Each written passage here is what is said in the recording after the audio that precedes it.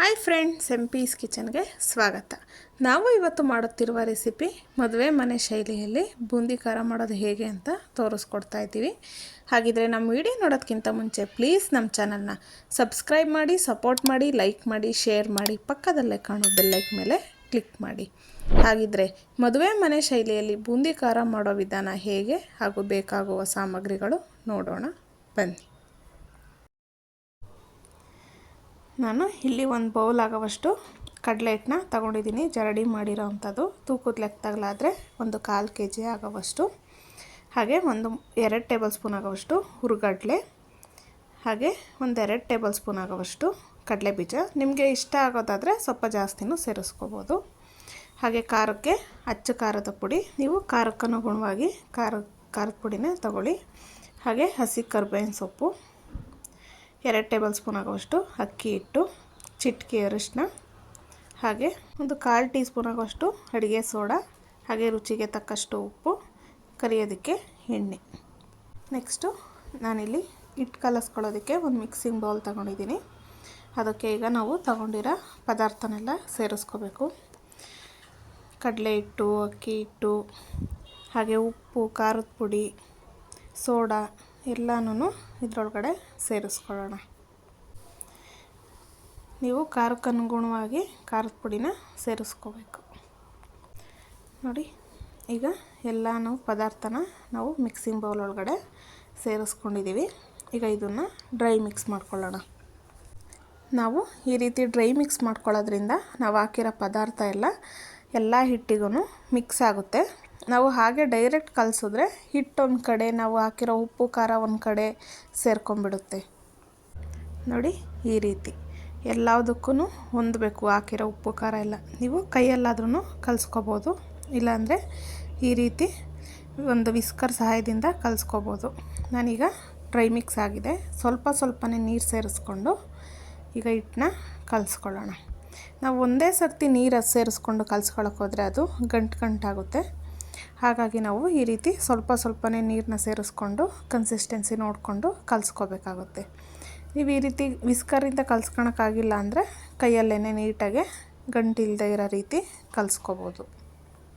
ನಾವು ಈಸಿಯಾಗಿ ಮನೆಯಲ್ಲೇ ಬೂಂದಿ ಖಾರನ ಮಾಡ್ಕೋಬೋದು.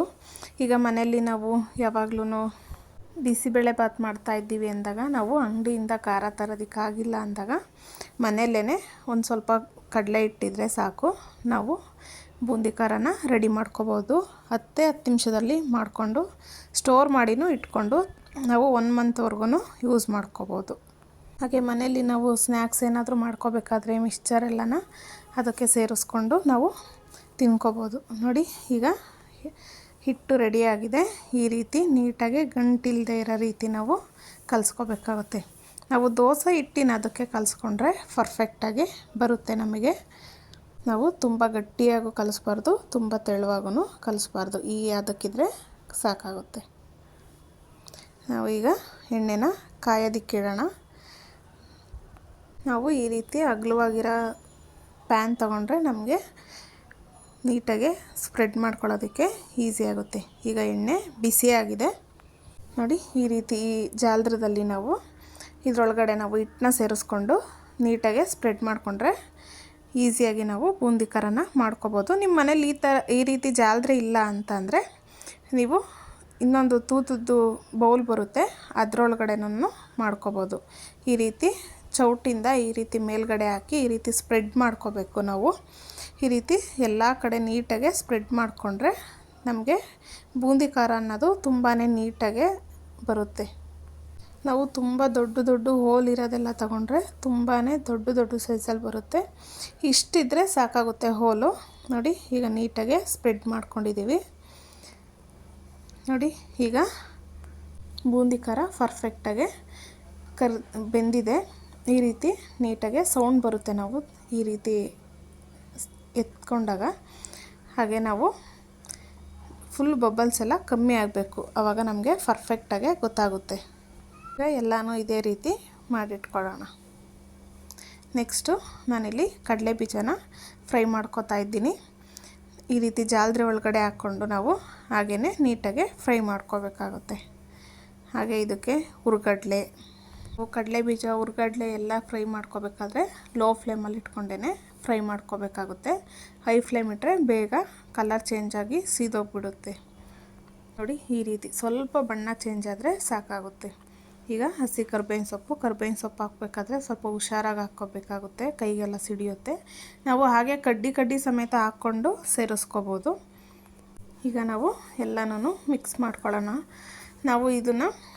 ನಾವು ಹಸಿ ಬೆಳ್ಳುಳ್ಳಿನ ಸಿಪ್ಪೆ ಸಮೇತ ಜಜ್ಜಿಬಿಟ್ಟು ಸೇರಿಸ್ಕೊಂಡು ಮಾಡ್ಕೋಬೋದು. ತುಂಬಾ ಟೇಸ್ಟಿಯಾಗಿರುತ್ತೆ, ಹಾಗೆ ಡಿಫ್ರೆಂಟಾಗಿ ಟೇಸ್ಟ್ ಬರುತ್ತೆ.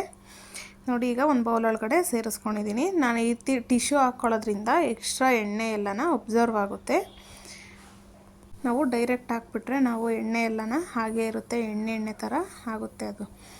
ಈಗ ಕಡಲೆ ಬೀಜ, ಹುರ್ಗಡ್ಲೆ, ಕರಿಬೇವಿನ ಸೊಪ್ಪು ಎಲ್ಲನೂ ಇದರೊಳಗಡೆ ಸೇರಿಸ್ಕೊಳ್ಳೋಣ. ಈಗ ಎಕ್ಸ್ಟ್ರಾ ನಾವು ಉಪ್ಪು ಖಾರನ ಸೇರಿಸ್ಕೋಬೇಕಾಗುತ್ತೆ.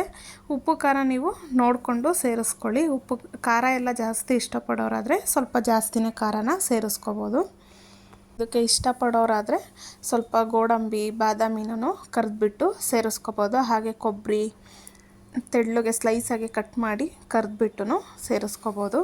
ಈಗ ಇದನ್ನೆಲ್ಲ ನೀಟಾಗಿ ಮಿಕ್ಸ್ ಮಾಡ್ಕೊಳ್ಳೋಣ.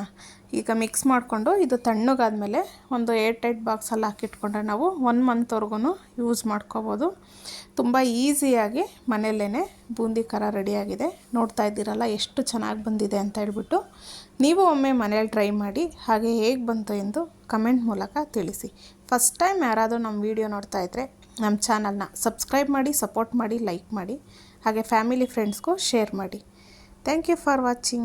Bye bye. Take care.